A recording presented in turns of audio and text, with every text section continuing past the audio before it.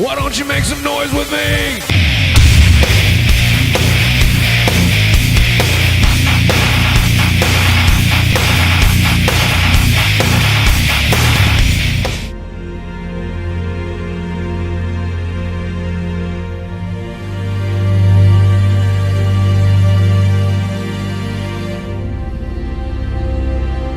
Hey guys, this is Erik Fincher. I'm here at the NAMM show 2011, and I'm meeting for the first time Mr. Phillip Jarrell. Say hi, Phillip. Hi guys. Hey, so I just got here. I flew in this morning, and I was looking around at the booth, and I wanted Phillip to show us some of his guitars. So, take it away. Yeah. Well, we were just talking about this, the art guitar. For starters, this is a JZ-H1 from the collection, you know, the collectibles, the fine art collection. And this is,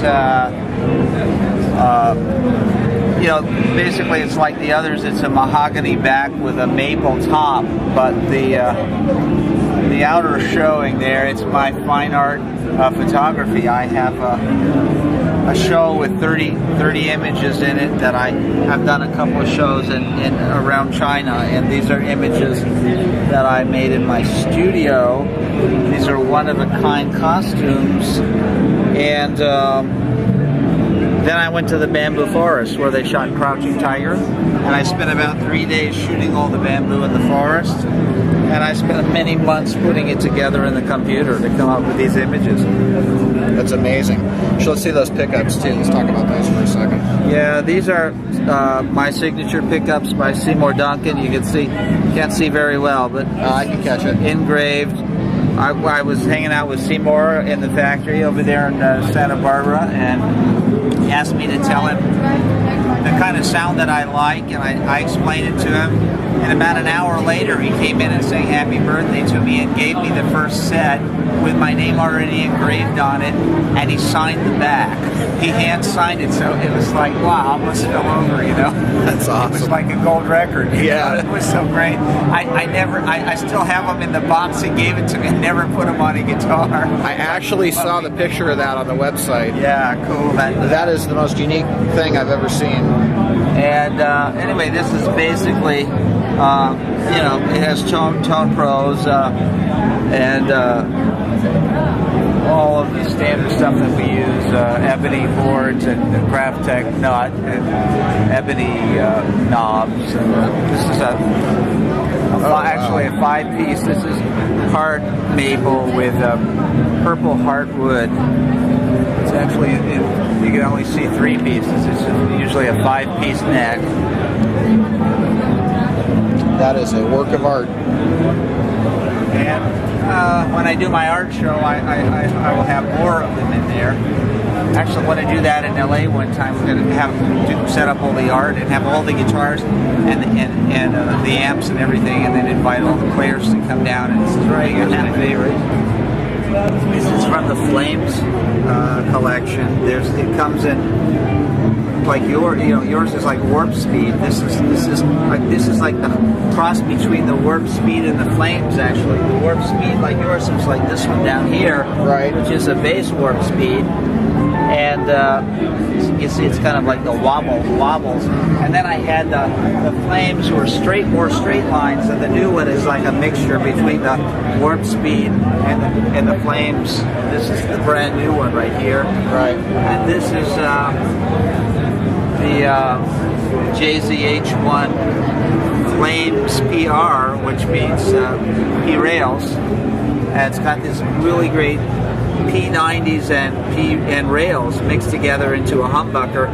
And we've got on now, this is also new, we've got sort of on, off, on splits on each of them. This one is for this one.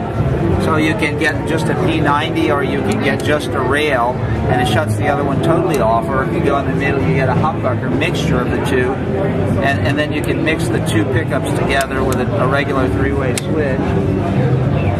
and everyone now, also what's new this year, it used to be like this, you had two volumes and one tone, because it's very a tight space here. It's very, very hard to get these in, and we really couldn't do it when they were handmade, and now that we've got it into the CNC program, we have much finer control, and we are able to cut into here and put two tones, 2V and 2T, and now it's total control. You can split them, mix them together in every way. This one I love. This is really my favorite here. It's got That's my favorite feature of mine. Well, not my favorite. I love everything about mine, but that's one of my favorite features. One of my favorite things about these guitars is the way that you did the heel. Yes. Well, that's been a change. It's been a process that's changed as we went along. I don't know if I have any of the older ones. It used to be larger, and every time we make a new batch, I will make whatever changes that seems to be working, and that certainly is. If I can find an older, we wanted to put on a Floyd Rose or some kind of trim system, and what we did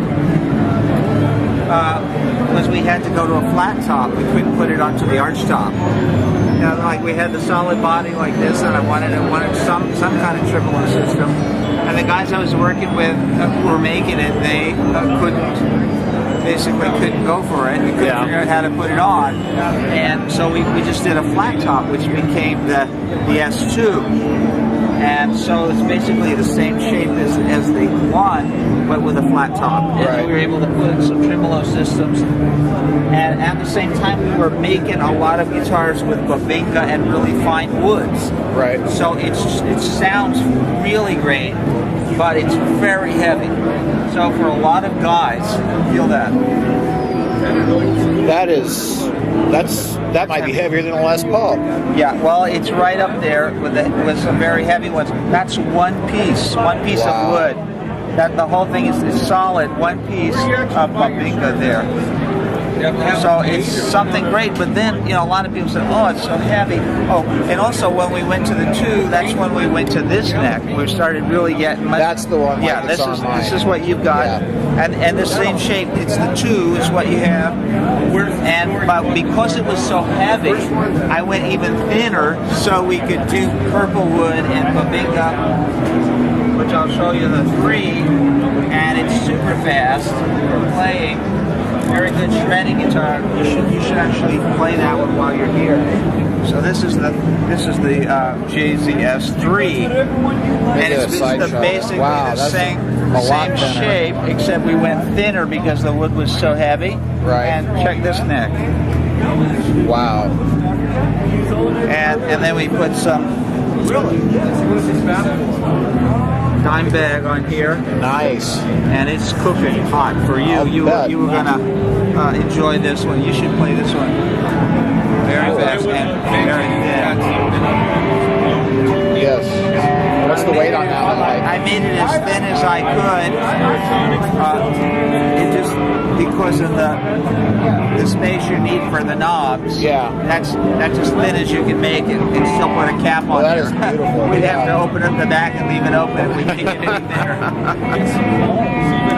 And it's a great wood. Purple heartwood. Wow. One of my favorites. Also the same Spurzels. It's got all the same Graphtex, Tone Pros, Seymour Duncan, all the same combination of things. That's beautiful. Well, here we are. That was a tour of some of the stuff that Phillip has going right now, and I'll have some more footage later on throughout the NAMM show, and we'll get back with you. Thanks, Phillip. Thank you.